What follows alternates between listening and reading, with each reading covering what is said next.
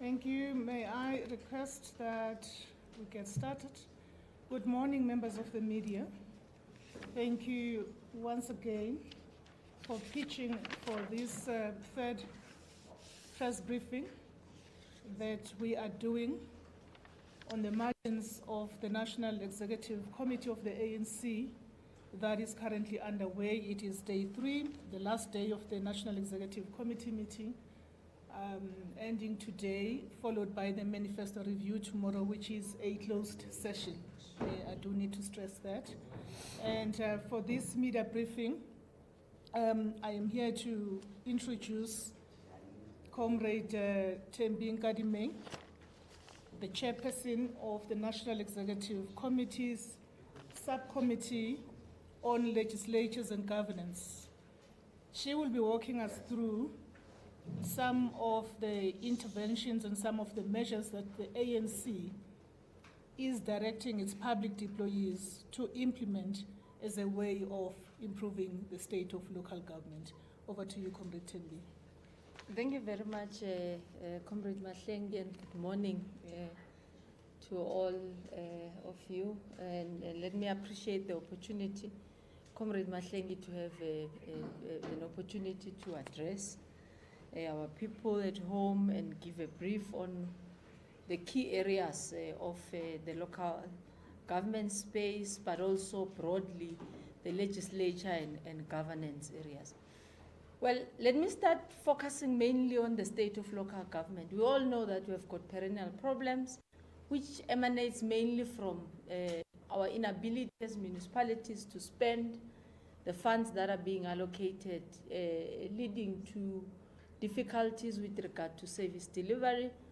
And key to those focus areas, the ANC has decided, one, to up its stake on its ensuring the training and the capacity development of public representatives who come from the home of the African National Congress, that is mayors and PMTs, but also ensuring that we improve on the infrastructure capacity that the municipalities are supposed to have in part of their institutional memory and development. We also need to ensure the ring fencing, which to me is one of the key decisions that the LNG has taken. In terms of ring fencing for catalytic infrastructural municipal infrastructure. I mean, you are residents of South Africa, you stay in a particular ward because of our own demographics of municipalities.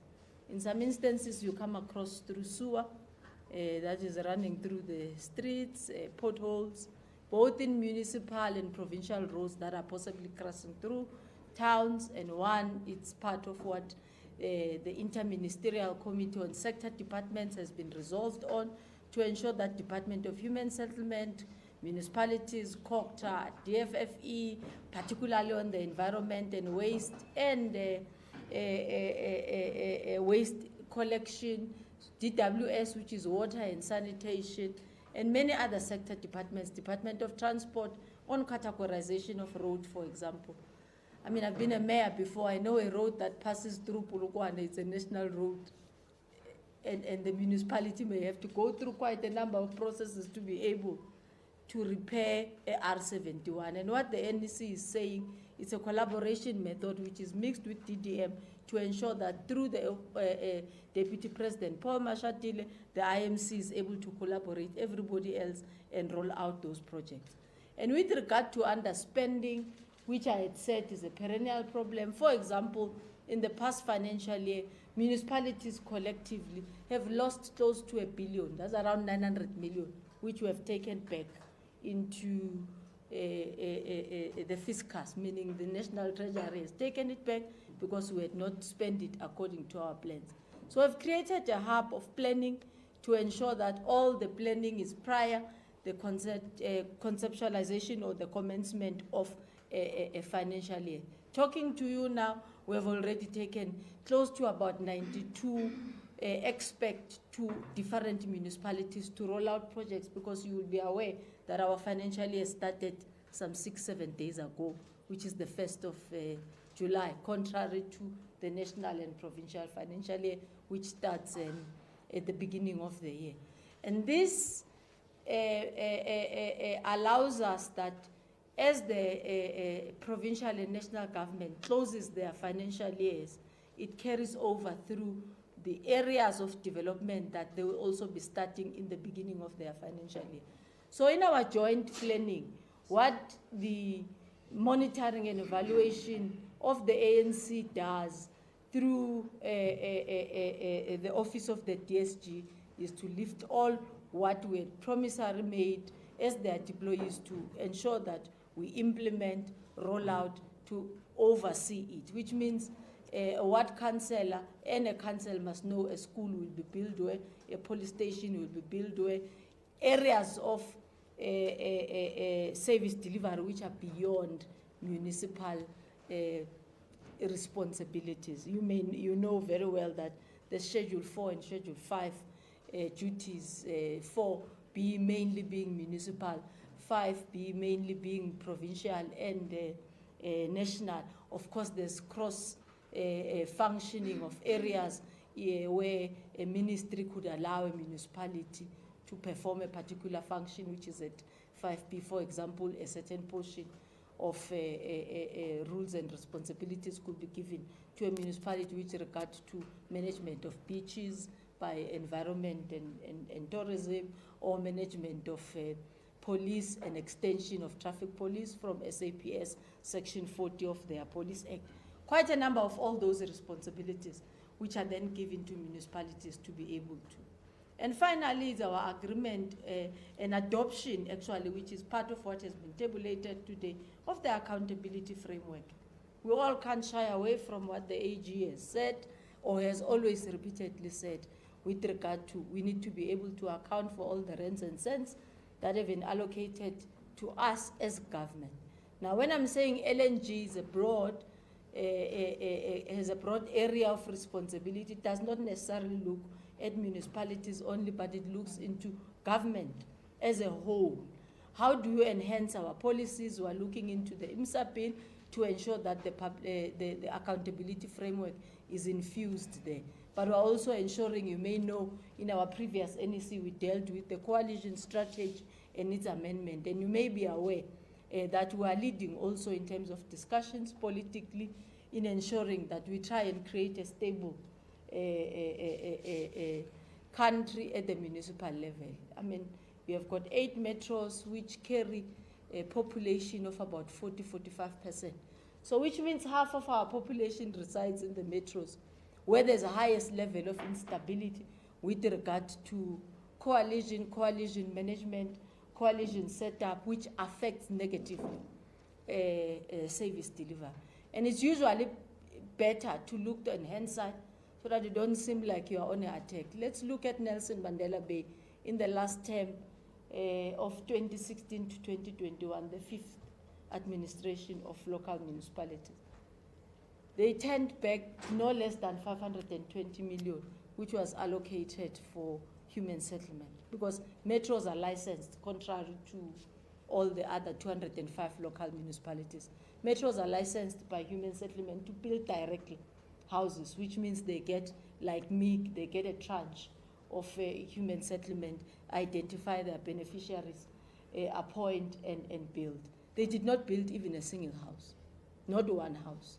And they had, if you count in Nelson Mandela Bay, they had no less than 15 to 21 mayors, not in that term, but collectively, since we have started in the 21 years of local government. So we're trying to look, and we're championing one, for example, the introduction of political threshold with regard to representation in council. If you look at the city of eThekwini, currently it has around 24, 25 political parties, including independents, which makes the council. So if you are a mayor in a coalition like Mayor Mxolisi Kaunda, you have got 24 individual people that you are supposed to talk to and beg to understand the importance of your budget and its priorities. But if you just introduce a 1% threshold, which means collectively as we go for proportional representation in the National Assembly, I think you need about 30,000 seats. Yours, you wouldn't calculate it at 30,000, but you'll take a voter's roll. How many people make a ward? let's say it's 3,000. Roughly wards are around that area. 3,000 at most, in cities 7,000, but nothing bigger than that. And you introduce 1% of that population of a particular ward and say, you need to get at least 1% of people who represent you. Because currently, with the low turnout as well of voting, there are wards which get as low as 10, 15% of representation of people who showed up to cast their ballots. But if you have got 10 and I've got 6, you are the winner. And you speak confidently as if you represent the 6,000 people who reside in that ward. If you take that exercise of 1%, it will reduce the party representation in the city of eThekwini to about 7. And it becomes something that is manageable. It will relatively be better to talk to 7 different parties to formulate a coalition, to formulate a space of driving, than convincing 24 separate individual parties. When today you did not greet me or didn't like how you addressed in the corridor, I pushed for a motion of no confidence. I moved from one area to the other. But also looking in this Nelson Mandela example, for example, what is one of the lessons? The lessons is that all their IDPs in the 5 years had human settlement allocation and had beneficiaries in areas prioritized. But what does that mean? It means Mayor A, when she arrives, she says, no, no, no, I don't want that settlement. Let's start and plan that other one. And they start. As they are planning, there's a motion of no confidence. Mayor A is out and Mayor B says, no, I don't want where Mayor Mahlengi was planning. I'm going to plan another. And she's busy planning a motion of no confidence. So all the years we are rotating on who needs it first, not that there's no one who doesn't need it. And 5 years lapsed and they did not build for any of those that they'd identified. So we're championing as the ANC that we will move beyond in the IMC bill to make IDPs mandatory and locked to such an extent that a coalition, once it has agreed on an IDP, you can change the leaders, but don't change Gogo Dlamini and say she doesn't need a house now because it's Mayor A or Mayor B. So we want to lock IDPs, and we do believe that it will help in ensuring that, because remember, at the local government sphere, it's the only sphere where it's mandatory, it's compulsory by law that you talk to the people. So an IDP doesn't belong to a mayor, it belongs to its residents. And who changes it? It's council, without even the consultation of the community. So we're also looking into policy and legislature review to ensure that we close on those spaces. I think I will conclude Comrade Mahlengi. There's quite a number of issues, maybe when they are given an opportunity for questions. But fundamental to us is the legislature, is policy review, is infrastructure and acceleration, is the management of coalitions. Of course, I mean, coalitions have been worsened for us as the ANC, but also other parties have learned as well. In their initial stance was, we don't want anyone who don't black, green, and gold. We don't want to manage ourselves. Without you, we think we can do better. And the answer, even on themselves in those councils, have been slightly different, because it's a management of everybody else from different party aspirations, different policy positions of parties.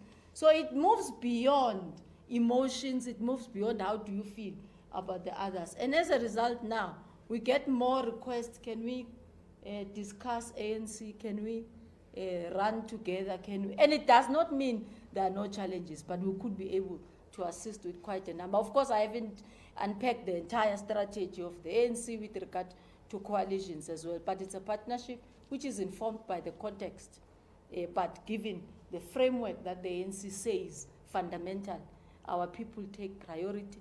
The intention of the ANC being in government is to give people services they so deserve. Thank you very much. Thank you very much, Comrade Tembi. I would now invite members of the media to ask the questions. Yes, Ms. Africa? Thank you very much, Zianda Mogo from Newsroom Africa. I have a series of questions. One, has there been a discussion on the efficiency of the district development model? For me, my understanding of it was that it was also supposed to provide, for instance, heat maps, municipalities are struggling more than others. You have a large national picture, right? But every time there's a disaster, we had floods in KwaZulu-Natal last year, and then recently there were tornadoes. The response time and the ability to be able to absorb the crisis still seems to be slow. So has there been an assessment on that, even in terms of speaking to your colleagues in the infrastructure departments about the type of infrastructure they put in place that is able to withstand disasters, because we're having provinces that are more disaster prone? The second thing is about the capacity of councillors. You are still struggling with councillors who know what they're doing, and that's just a fact. So what is the ANC saying about the caliber of its employees and wards, because these are the core face of service delivery, and you're going into an election next year. The third one is about the Section 154 process in Tegwini. The councillors there seem to be defying that process. They're wanting to do their own thing, and yet they're actually under administration. What is the ANC saying about that? Because you have an ANC mayor in power. And then my last one is, the last time we were here, David Makura spoke to us about a discussion, I don't know how far it is, about putting a threshold on the number of motions of no confidence in councils, because that is part of talking about the stability of coalition governments. Where are we with that now? Thank you. Thank you, Zianda. Can I go to you over there? Yes, please. Trustee. Good day. My name is Lungane from Kasi FM. I would like to know, has the ANC received the letter from acting regional leader of the ANC regarding the state of collusion there with the EFF? We saw two statements, the one coming from the leader of caucus, Dabati himself, saying that the partnership between the EFF and the ANC has no lack scholarship bid. And we saw another statement saying that acting secretary, regional secretary, distancing themselves from the statement. What is your understanding of what is happening regarding the EFF and the ANC? And what are you going to do to make sure that there is stability there, taking into account there is a metro? Thank you very much. I will come this side. ENCA? Yeah, Uleli Chidi Jones from ENCA. Just first question, what's been done to ensure that there's due course to resolve the issue in case that, particularly with the Auditor General saying that there's about 9 municipalities that face imminent collapse under the weight of years-long challenges? Is this something you're looking into? And then just lastly, the situation in the Northern Cape as well. I understand one person has died due to the floods that have caused havoc in the area. Are you also looking into this province as well, which seemingly is faced with challenges of floods? Thanks. Thank you very much, SABC. How far are you engaging with the Democratic Alliance in voting together in amending the municipal legislation and how councillors are effectively elected in coalitions? Thank you. So sorry, can I add just one more? I'm sorry. My last question, I missed it on my notes. There's a report this morning in one of the Sunday papers about the Deputy President leading talks with opposition parties. Action SA is the only one that didn't fetch up. How confident are you when you look at the announcement by the DA, Action SA, etc., that you've got the buy-in from other political parties outside of the EFF, which we understand is already on board? Thank you very much. I think that's more than enough set of questions to give it a best. Comrade Tembi? Okay, thank you very much. Let me start. I'll deal with them in the order in how they came, and I'll start with Suzianda's questions. The efficiency of DDM, as I had indicated, I might have not been able to articulate everything given the 7 minutes, but just to touch on, remember I spoke about the Deputy President, Comrade Paul, leading the sector departments to ensure that that's delivered. That's DDM in trying to ensure, the ANC trying to ensure its efficiency and also rolling out and unpacking. In fact, in this NEC, we're going to an extent in our presentation, which I'll be doing shortly after, I leave this room, going to an extent of analyzing the task that the NEC last gave me was to go from municipality 1 to the last, and analyze that there are no roads in Mafikeng, and analyze that in Standerton there's almost 2% of roads that you go there, and what must we do about it, right? And what must we allocate? And be able to say to the NEC, since 2016 to today, there have been 50 perennial non-spenders municipalities. Who are they, and what are we putting to ensure that the ANC will be in control of spending? So very detailed, very practical. The response time with regard to flooding or disaster has proven not to be a financial issue, has proven to be a consolidated planning issue. For example, in the example you are making here, is that the April floods which we had in KZN, if I'm not wrong, COGTA has already dispensed about 1.2 billion on the basis of, but the last time I visited eThekwini specifically to go and deal with the disasters was in April, May, and their spending was very low, extremely low, right? So the collaboration of NDMC and PDMC then, which is the Provincial Disaster Management Center, and the Office of the Premier to take over the implementation of some of the projects is what we have resolved, and we're beginning to see the fruits of what is coming out. The second delay actually for human settlement, which makes it relatively so unfair, because when you look into the figures of human settlement with regard to that disaster, they will not be moving. But the problem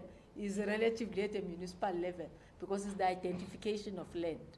Remember, where the floods occurred, it's an area which is actually a wetland. Now, the study said don't rebuild there, because in the next 2-3 years, you may lose the houses again, which means the planning division of the municipality must be prompt and provide land. 2 areas which have been provided, the community has rejected. So there's quite a lot of difficulties and coordination that needs to happen, and an understanding. Remember, your house carries a lot, and your area carries a lot of sentiment. Your mother, your father, your grandfather, and whatever have been there. Moving a person out of that space is relatively not easy. So we are in constant discussion. And I will jump to the section 154 because I'm already in eThekwini. And I think that was raised by, oh, it was raised by you. Okay. Yeah, the section 154. Well, I'm still coming to the capacity. I'm just saying, if this is an example of eThekwini, the MFMA framework provides for non-delegated municipalities with regard to financial management, hence the MFMA. Now, one step which the province missed in its consolidation for the enhancement of 154 was consultation with the Office of the Treasurer, that is Finance, Minister Kodungwa. I then wrote to them, I said, put a halt, we have jumped a step. You need to ensure. You remember that eThekwini is one of, as metros are, they are economically and financially ranked. So you can't do any adjustment without making sure that you tick all the boxes. So it's not that there's a revolt. I mean, I wrote a letter, as I'm saying to you. It's not a hearsay. I wrote a letter. I said, hold on, province. You have jumped a step. Metros, as you know, are non-delegated, and we have got to make sure we put a plan together with the National Treasury on how we enhance.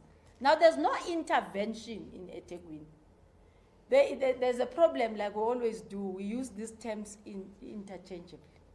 Section 154 is a support mechanism as defined by the Constitution. It's not administration. Section 139, it is an administration. So eThekwini is not even proposed for a 139. There's no intervention that is needed, but there's a support package. Now, if you support a non-delegated municipality, you also need to put a financial package support, not with regard to distributing of money, but also with regard to the spending, for example, that we are talking about, but also to the financial flows. There could be a need that you may want to give them their money, not necessarily in the defined tranches of how the law defines it, maybe promptly than that. And National Treasury, they are the only ones who are supposed to do that. So the talk of the municipality stalling and whatever, it was discovered correctly so by council to say this, and the mayor communicated, and I said, hold that council, I'll also put it in writing, which I did. Now, the threshold for the motion of no confidence, as I was talking, there's quite about 6 or 7 key areas that the ANC is proposing with regard to framework for the coalitions. And I only spoke to 2, of which one is what you are raising, a threshold for motion of no confidence. If you go back to the example that I've given, really, I mean, let's look at the city of Johannesburg. How many mayors have they had in the past, you know? We're reaching a situation where if you are a resident of a city of Johannesburg, you may, you knew who your mayor is tonight, you are never certain who your mayor will be the following day. So we are also proposing that motion of no confidence must be on the basis of the fundamentals of what council is defined to do. You know, maybe let's say you are violating what the MPEC rules as Section 52, a report is supposed to come to council as a mayor, you're blocking it because you don't want it to expose or whatever, then you can put a motion of no confidence. The mayor is in violation of something. But it can't be that Party A now think, no, I no longer like Party B. Now I'm going to Party Z because they are affording me a position of human settlement, which has got mad. And some of these parties openly even go and invite you and say, we have been given MMC position. Very powerful. So we're moving from the other peg to the other. I mean, such motions are disruptive. And we do believe that there has to be areas of what, and in line with that, Comrade Paul has been assigned. And you are correct in citing the newspaper article of today. I think the 27th of July will be in the Western Cape, putting all the stakeholders, at least in the local government sphere, to try and propose and get that, which we had framed as the ANC led by the Deputy President, to ensure that we discuss the fundamentals of the coalition so that we could be able to be in agreement. Look, we are not saying other parties must stop being their party, but we are also saying it's politically immature to say I can't talk to you. I mean, really, what type of politics is that? I don't want to talk to those ones. I can never engage. Even on areas where we are seeing things eye to eye, there's no politics there. Yes, you may listen to people and then say, no, no, no, of which you have a right to make a choice. But I've never seen, even in areas where we're in agreement, but for the fact that you are wearing black, green, and gold, that's the premise for me. I will not even talk to you, Zian. It's immature. And it has proven not to be functional. You know, in my previous life, I was the president of SALCA. And we were the first one to develop a framework in 2020 when we were realizing that the outcomes of 2021 elections are going to be catastrophic. We moved from 29 coalitions to almost around 80 coalitions for the first time. Since year 2000, local government elections, we had been at 22, 29, 37 was the highest. We pulled back to 29. We moved from 29 to 80. Now we put the coalition framework. And it was a framework, not a law. And we said to them, parties, come. Talk about this because we are going to need this just as you cross the line. They did not show up. Parties did not want to discuss, right? They only called after the elections. Well, I was gone already. The president who was then sitting and was saying, hey, I'm called here, we need to have this discussion. And it was coming from an immaturity point of view as well. But also, given the benefit of the doubt, it was coming at the time where everybody was fortunately or unfortunately focusing on elections. And when you put something, people become skeptical. No, you want to box us, you want to talk to people. But I do believe that now the situation is opportune because the parties, for the first time, as I say, have agreed to even undergo and visit countries where they went to learn about coalition. And one of the fundamentals is that you must talk. In fact, Kenya is the greatest example. They are even able to sign their coalition pact before the election day. One of the requirements we are putting also as the ANC is that this coalition framework must be publicized. You stay in Johannesburg, supposedly, what is the coalition agreement that is on the table? What are these people agreeing about that is a benefit of the people, you know? So there's quite a number of those considerations. The capacity of councillors, I think really, this question must be asked to other parties, at least from 2021. Is the ANC, which came boldly, interviewed its mayors, designed a program. I, as the chair of, deputy chair then of LNG, tabulated policy and procedures from the Tuli House, besides the nomination, but also on how are we going to. It's mandatory that they go to school. The ANC ensures that. We are undergoing assessment currently from the party to ensure how was our, I mean, for example, how is my 100 days? I've just been appointed a minister in March. So I'm going an assessment on Tuesday for my 100 days. The same with mayors.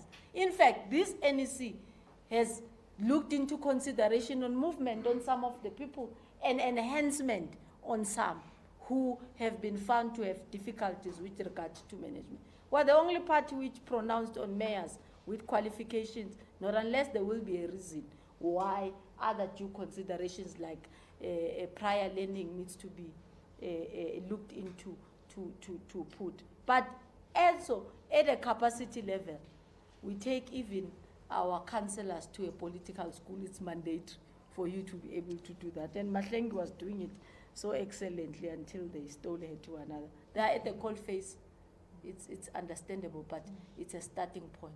And I must also appreciate that we have learned also as the ANC that even the system that we have, as I'm saying, we're going under reviews all the time, that it needs to be enhanced with regard to capacity, but it is there. So we boldly made a statement and we even pronounced it. Lungi from Kasi, FM. Yes, there are discussions with regard to the coalition in Ekurhuleni. The statements between Comrade Lavati and the regional secretary, it has been taken over by the province, which had been mandated by the NEC, by the way, to discuss the coalitions and try and find amicable solutions. As I've said earlier on, no one has a manual on how to drive this car. Coalitions are new in South Africa. We are learning every day, and there are silent issues that we may have to deal with them. But creation of stability is one of the key things that the ANC is promoting with regard to coalitions, but also to ensure that services are given to the people. I mean, at Tembisa, at Davidton, and everywhere else, it's of importance that they receive those services. ENCA, collapsing 9 municipalities. In fact, what we have agreed with the AG, which we have circulated, it's a second draft of a fiscal review. And it's important that we all grasp this, because there are 2-3 different categories of municipalities besides A, B, and C, that is local, district, and metro. No, besides that. There are municipalities that are dysfunctional, not because there's corruption or anything, but because they are grade 3, right? It's a small grade, it's a small municipality, it's rural. There's no one who affords to pay there, no one pays. And the system currently says municipalities must generate 90% of their income to supplement what they're supposed to do. So most of us here, we have relatives in rural areas. We were born and bred there, right? You know that if you go to Fita home, no one pays you besides one street in Beresford where the town is. No one affords to pay. If you go to Mkanduli, if you go to Sengu municipality. Now Sengu, for example, has 9 clean audits in a row. 9 in a row, unhindered. Matikizela municipality as well is one of the new municipalities which got a clean audit. They collect 0.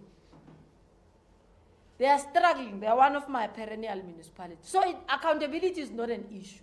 So why is Sengu and Matikizela struggling to spend? It's because you are a chartered accountant. You prefer to work in the city of Johannesburg because they pay you 1.8 million.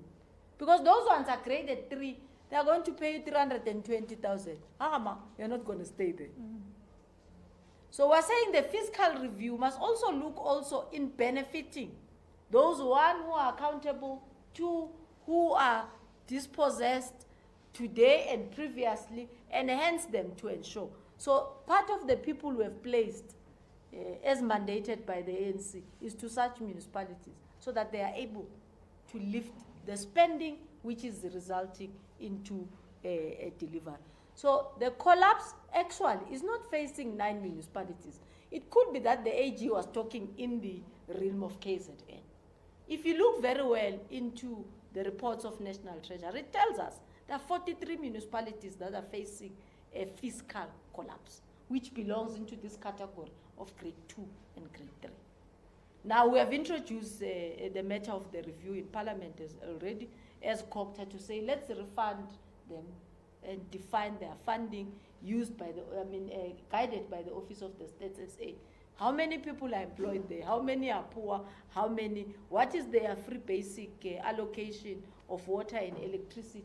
How short is it for the people who deserve it, etc.? So that is what could take us out of how other municipalities. Yes, then you have municipalities like the Tsobod, where everything goes very wrong, but it's not necessarily the grade only.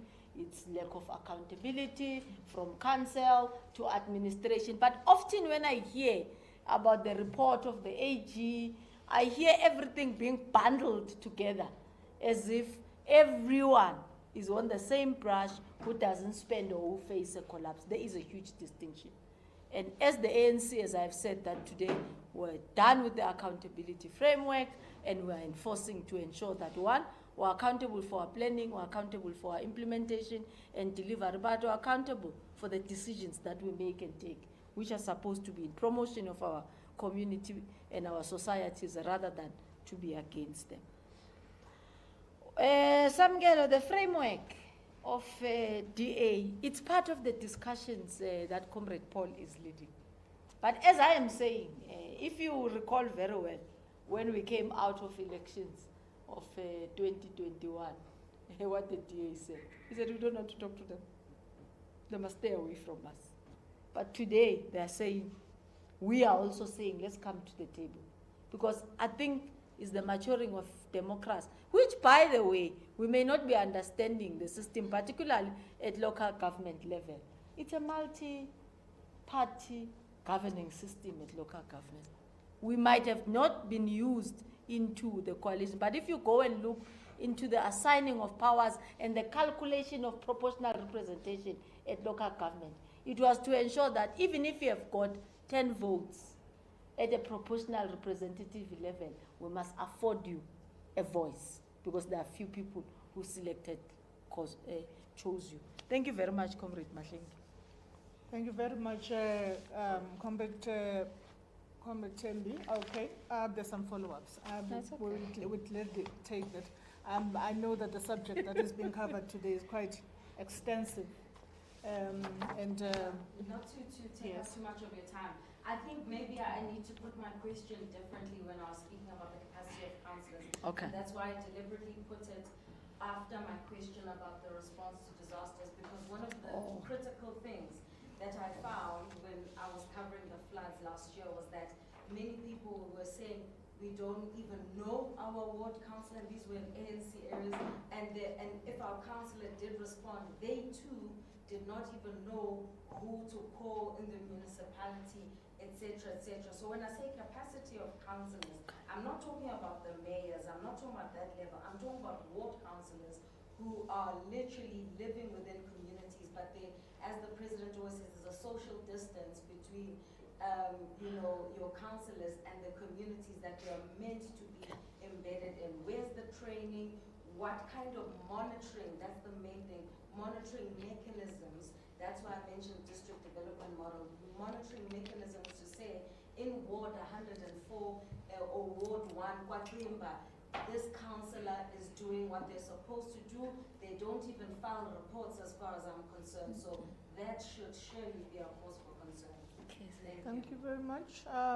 I'll suggest that we try and keep our questions Let me go to my brother at the back before I take yourself, because at least he's having the first bite. Yes, please continue. I'm Eric Martin from the Citizen. I would like to know, with regards to Nelson Mandela, you mentioned that funds have been retained. What is going to happen to those funds? Are they going to get reduced amount next time, as it is always kind of policy? But is that going to affect service delivery further, or are they going to get more? Thank you very much. I wanted to prioritize media colleagues that haven't had a chance to ask a question. Khair? I'm I know in some countries like Germany the threshold is quite high, something like 5%. Will 1% be sufficient to establish more sustainability in coalition government? Thank you very much. Then I will turn to yourselves very quickly, ladies and gentlemen. Yeah, just my question on Northern Cape, intervention by government, because as far as I'm concerned, my colleague was there saying that also like similar to what my colleague was asking, there hasn't been much of presence of government officials on the ground. In fact, Gift of the Givers has been helping community members as so far as since when the flood started. So just context around that here. Thanks. What is the diversion view between yourselves and the Democratic Alliance when it comes to this coalition framework that you are currently discussing? Where are you finding one another? Where are you not finding one another? Thank you very much. Over to you, Comrade Thembi. Okay.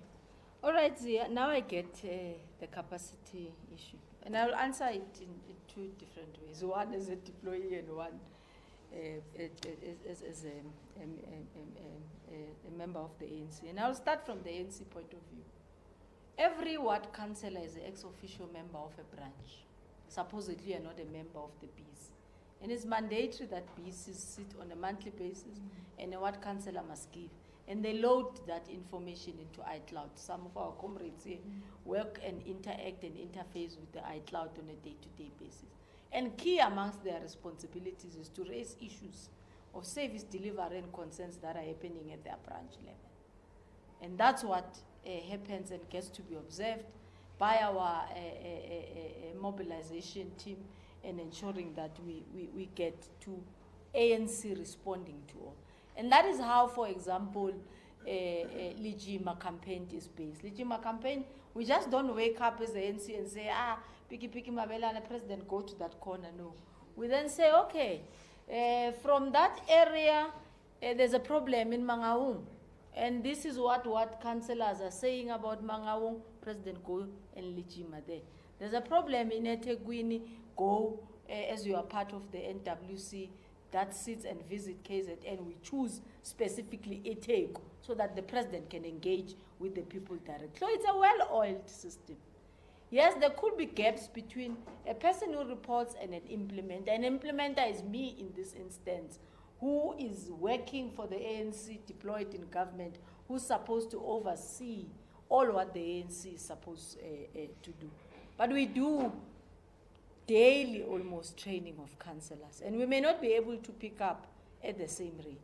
But we also want collaboration with our communities, because not all the problems of a particular area for 7,000 people who are resident in that ward can be resolved by one man or one woman. So that is why you have got ward committees, that is why you have got CWPs, you have got EPWPs, which are supposed to be part of what a ward councillor is supposed to pull. If you look into our ward committee levels, it actually defines what the ward committee is supposed to do. One is supposed to look into crime, social amenities, to ensure that the whole compact of socio-economic compact in that particular ward happens. Yes, there may be difficulties, but the strategy is well aligned, and it ensures that it picks up all the issues and we are able to deal with them as government. The same with the monitoring. Now, if you report on iCloud, and the iCloud is automatic, is on real time, you load, it is able to report back. From a government point of view, when we come into such, then we get to be fed to be able to prioritize such of these areas. For example, we may be implementing on what's supposed to be done. If you take a good example of floods, I went to Nkomas when there were floods in the beginning of the year, I think it was March or April. Uncle Freddy, Cyclone Freddy. The ANC was the first to arrive. The chair of the ANC actually distributed no less than 1,500 food parcels. Maybe the media didn't see it. When we arrived there as government, people had already been registered. We know what they had lost. We know the houses. We know everything. And we came with a trailer for foreign home affairs where some had lost their documentation to be reprinted and registered and put into the system. What have we discovered, which also slows down, is that before even the emergency can kick in from a government point of view, Home Affairs should have confirmed that these people are within our system and this is what we could be able to do. But we have come up with other different procedures. For example, in that area, because they were not on a flat line per se, Human Settlement now has an adjusted policy of distributing of material rather than building for people or people putting them into temporary units. Of course, an assessment happens before that, and you are given immediately material so that you could be able to start building. And quite a number of the KZN floods of people who prefer to go to other areas, not what we have put them into that program. I went back to launch it with Human Settlement, and we distributed to no less than 90 household beneficiaries who were preferring to say, look, we'll rather build at the backyard of our place, and we know it's secure, and we'll opt for that. But trainings here can never be enough. So what I can possibly find a commonality with you is that there will be areas where even when systems are put in place, we'll still have to refresh. That is why there are refresher courses, even in the private sector, to ensure that you believe and understand what we are supposed to do. But not forgetting that we are almost in a new term of local government. You know, our exit at local government every 5 years is almost over 80%. So you start afresh, literally, you start afresh across the country. You can check it on the IEC, it will tell you. You start afresh from introducing, and local government is one sphere where is highly regulated. So to educate a person what to do on how to register a formal settlement is a story. How to plan it is a story. How to make sure that free basic services. But even the council system is oiled. Study groups, portfolio committees, mayoral committee, MPEC, council. Now, most of the things that we need to be able to do is to ensure that we are capacitated. Eric, the issue of Nelson Mandela Bay is the same as everywhere else. If you don't spend the money, it goes back into the fiscus. Fiscus meaning it goes back into finance and they reallocate the funds. But the system allows, like everywhere else, that, okay, you had planned to build so many houses. How far are you with your plan? Can you be able to rebuild? That is what we call reallocation. And you can be reallocated that money or a portion of it depending on how. So I'm saying to you, we know as the ANC now that out of the 257, we've got 50 non-perennial spenders, which we are talking about them today. And we're saying this is what we need to do in the non-perennial. Now, the law allows us at COCTA, who are the transferring agent of MEC, for example, to these 50 municipalities to say, put engineers, put whatever in the case of an infrastructure to ensure that it assists this municipality. If you read DORA section 20, it tells you what you could be able to do. And this is what we've been mandated to do. But the money gets to be reallocated. It could be taken by social development or home affairs or another municipality. At first, we were fighting that at least it must remain from the sphere. But the biggest challenge is that the biggest loser, if a money is not allocated, is the resident. So in this instance, the biggest loser is these old men and women who are expecting a house, and they did not get it because of our council differences and instability. So we are trying to rather support so that the money does not get to be reallocated, but it goes to a person who so deserves it. The threshold, Gert, you are very much correct. I think in Denmark it's the same thing as well. It's around 5%. The good thing is that there's a commonality. We are mostly in agreement, Samgelo as well, even with the DA in terms of the threshold. We've not yet reached percentages. For me, Gert, in building of the case, whether it's 1 or 5, I was just making an example that from our COGTA point of view, when we were sitting, doing the calculations, convincing ourselves as to whether this is the right thing to do, we looked at it in 2 municipalities, informed by the difficulties. If you recall, eThekwini had 2 or 3 council meetings struggling to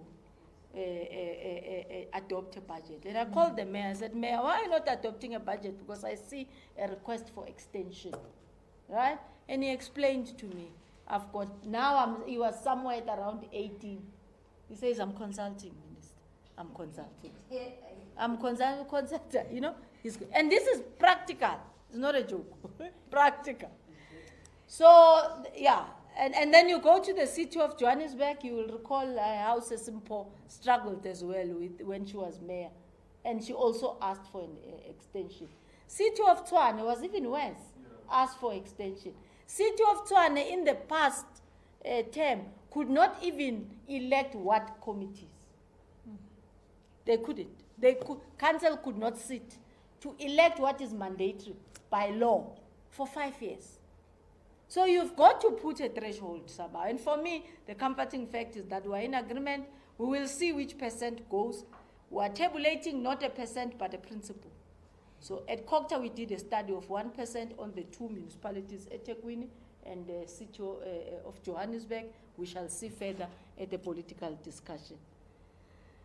And maybe, Samgelo, let me also say, we're agreeing we're agreeing on mostly on the what determinations of us facing a fact, which the ANC has already introduced as well. And fun, it has been mainly other parties who have not been in support to us. There are some municipalities which shouldn't exist as municipalities, at least in the scope that they are in, if you get to look how other countries are functioning as well. Yes, there could be a fiscal review, and it will assist small areas and whatever, but the approach can't be locked and not flexible in other areas. We can't have a system that is from Mosina to Cape Town, everybody is the same. There are quite a lot of differentiators that could be appreciated in the system to allow areas. I mean, each and every space in the country of South Africa falls under a ward. Now, one of the reasons why Northern Cape, for example, is so difficult to integrate is because you move from one farm and the other. If you look even at cost material on how it is difficult to build and why the cost indicators are different in the Northern Cape than other provinces, it takes you to that. Even in the implementation of disaster, it's vast, very few people, scattered and disaggregated all over the place. Now, NDMC has been there. In fact, in this meeting, we are saying to the NEC we need to support about 9 or 11 municipalities in the Northern Cape. I may not remember them by heart. Meaning we need to go and place experts. We have already assigned 2 people from NDMC to go and look at the disaster in the Northern Cape and be able to assist and ensure that there's rebuilding. Weakness, another, which I should have also mentioned on Zianda's question, is that we do not have prompt system. Even when you are on a disaster, you still have to follow the supply chain process the way it is. And I mean, we're one of the few countries which still did that. Then why are you calling it a disaster? Because a disaster, you've got to lift people up urgently, you know. But we landed SAPS with a chopper to get food in the Northern Cape to areas. But look, a municipality will not have that. So it may be having the food ready. We need Minister Kele to assist us, to borrow us a chopper, to land in an area where a bridge has been washed away. So it may not necessarily be prompt, but there are systems that government has to put in place. Maybe we may have to iron that. I'm sorry, my colleague is there, so we just got like 2 last questions. He's in the Northern Cape, just 2 last questions, and I'm done. Just cost of damage in the Northern Cape so far, and just lastly, is it true that the municipality, Menkalimi Namakoi, is underfunded as well? Because I think that's one of the pertinent issues that's been raised in that municipality, and then that's settled. That's fine. Mr. Jones? Well, you know, he's asking me what I may not necessarily recall by head, but I will attempt, Sis Mahlengi, because That's fine. I think I have the information handy on which of the municipalities are in the Northern Cape that we have been instructed by the ANC to assist. The funding, it's on the basis of assessment. So you cannot say what they've asked is on, which is one area which delays as well with regard to the release of funds, because the law says public works, the army or the police or everybody must walk into the space and do a quick preliminary assessment. Port St. John's, for example, you know, a minister, premier was saying, I'm now going to kill a national treasury because the release is slow. But actually, it was not the release that was slow. It was the assessment that is low. And you can imagine in provinces where there are no such deliverables already available staff that can be able to do the assessment on behalf of the province. We rely on people. No, there's no interest. There's no interest. We've got to review and rework our payment schedule. In the former days, for you to be a teacher in town and to be a teacher in Soweto, you are remunerated differently. I mean, there are areas which don't attract. You will not go there here as well, right? You will not go there. Certainly. You know, so that's what we are dealing with. But in Northern Cape, Pokwane, Jomrolonga, Magara, Ubuntu, Renosterberg, Sianguma, Kai Harip, and Zazavan. That's where the NEC has mandated us to go. So we're coming. We will assist. Thank you very much. So your question has been responded to. Well, he wants money, but I don't know the money. I'll go and check it. We are not I'll go certain and whether check it was your follow-up question or it was genuinely from the Northern Cape. Story for another day. But I commit to check the response on what we will. Thank you, colleagues, and thank you very much for a very engaging set of questions and also for very comprehensive responses from one of our local government experts in the ANC. Thank you very much, Comrade Tembi. Thank you very much.